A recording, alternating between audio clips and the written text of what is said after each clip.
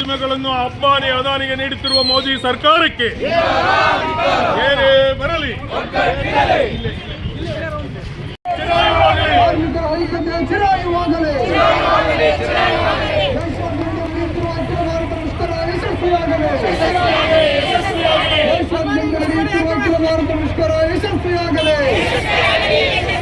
ಕಾರ್ಮಿಕ ರೈತ ವಿರೋಧಿ ಕಾನೂನುಗಳು ಬೇಡವೇ ಬೇಡ.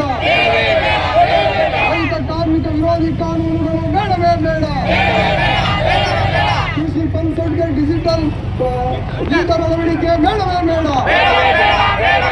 ಕಾರ್ಮಿಕ ವಿರೋಧಿ 4 ಸಂಹಿತೆಗಳು ವಾಪಸ್ಸಾಗಲಿ. ದುಡಿಯುವ ಜನರ ವಿರುದ್ಧ ಕಾಯ್ದೆಗಳು ಬೇಡವೇ ಬೇಡ.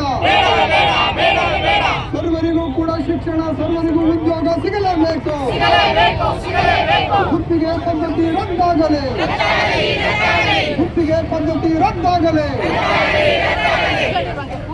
ಬ್ಯಾಂಕ್ ಖಾಸಗೀಕರಣ ಬೇಡವೇ ಬೇಡ. ಸಾರ್ವಜನಿಕ ಸಂಸ್ಥೆಗಳ ವ್ಯಾಪಾರೀಕರಣ ಬೇಡವೇ ಬೇಡ.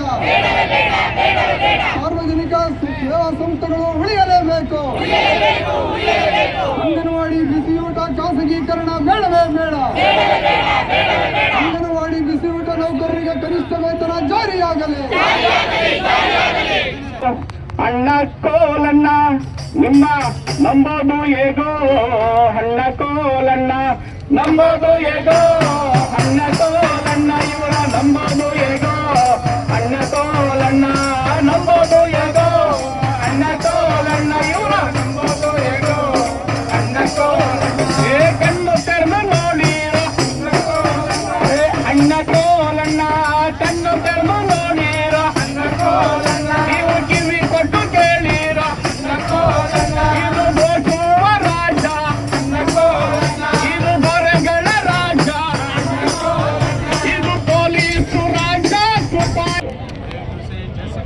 ಎಲ್ಲ ಸಂಘಟನೆಗಳು ಕರೆ ಕೊಟ್ಟಿದೆ.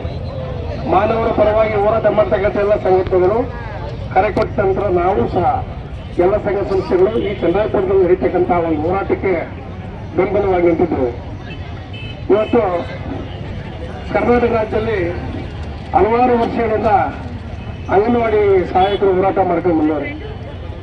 ಇವು ಸರ್ಕಾರಿ ಶಾಲೆಗಳು ಕರ್ನಾಟಕ ರಾಜ್ಯದಲ್ಲಿ 54,000 ಮುಚ್ಚವೆ. ಈ 54,000 ಶಾಲೆಗಳು ಏನು ಮುಚ್ಚವೆ? ಇದನ್ನು ಓದ್ತಕ್ಕಂಥ ಯಾರು ಮಕ್ಕಳು ಓದ್ತಾರೆ? ರೈತರ ಮಕ್ಕಳು, ಬಡವರ ಮಕ್ಕಳು, ಕಾರ್ಮಿಕರ ಮಕ್ಕಳು ಓದ್ತಾರೆ. ಶ್ರೀಮಂತರ ಮಕ್ಕಳೆಲ್ಲ ಓದ್ತಾರೆ, ಕಾರ್ಮಿಕರು ಓದ್ತಾರೆ. ಇವತ್ತು ಅಂಗನವಾಡಿ ಕಾರ್ಯಕರ್ತರು ಹಲವಾರು ವರ್ಷಗಳಿಂದ ಅವ್ರ ಬೇಡಿಕೆಯನ್ನು ಈಡೇರಿಸಬೇಕು ಅಂತೇಳಿ ಬೆಂಗಳೂರಲ್ಲಿ ಚಲೋ ಮಾಡಿ ವಾರಾಂಗಣ ಮನೆಗೆ ಅವರಿಗೆ ವ್ಯವಸ್ಥೆ ತುಂಬಾ ನೋಡಬಾರ್ದು. ಸನ್ಮಾನ್ಯ ಮುಖ್ಯಮಂತ್ರಿ ನೋಡ್ರಪ್ಪ, ನಾವು 50 ವರ್ಷದಿಂದ ದುಡಿತಾ ಇದ್ರು. ನಮ್ಮನ್ನ ಸರ್ಕಾರಿ ನೌಕರನ್ನ ಮಾಡಕ್ಕಾಗಲ್ಲ. ಮಾಡ್ಲಿಲ್ಲ ಅಂದ್ರೂ ಪರವಾಗಿಲ್ಲ, ಒಂದು 26,000 ರೂಪಾಯಿ ವರ್ಕರ್ಗೆ, 20,000 ಹೆಲ್ಪರ್ಗೆ ಮಾಡಿ ಅಂತ ಕೇಳ್ಕೊಂಡು ಕೇಂದ್ರ ಸರ್ಕಾರ ಇದುವರೆಗೂ 10 ವರ್ಷದಿಂದ ಕೇಂದ್ರ ಸರ್ಕಾರ 1 ರೂಪಾಯಿನೂ ಮಾಡಿಲ್ಲ. ರಾಜ್ಯ ಸರ್ಕಾರ ಸ್ವಲ್ಪ ಮಾಡೈತೆ, ಆದ್ರೆ ಕೇಂದ್ರ ಸರ್ಕಾರ ಮಾಡಿಲ್ಲ.